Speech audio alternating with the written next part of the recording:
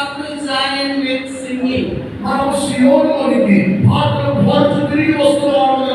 And we will have everlasting joy in our hearts. అప్పుడు మన హృదయంలో ఆయన మనకు నేర్పించినట్లుగానే మనం కూడా సందేశాలు ఉపదేశాలు తాజాతనం మీద మనసు ఉంచాలి.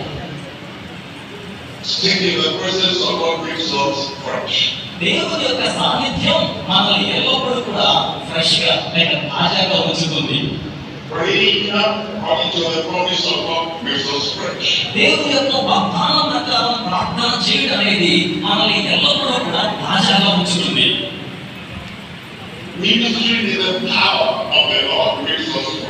ప్రభు యొక్క శక్తిలో పరిచర్య చేయడం అనేది మనల్ని ఎల్లప్పుడూ కూడా తాజాగా ఉంచుతుంది.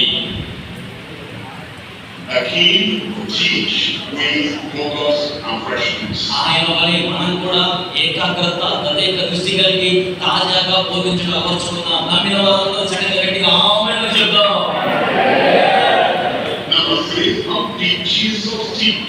మూడవదిగా యేసు ఎలా బోధించారు?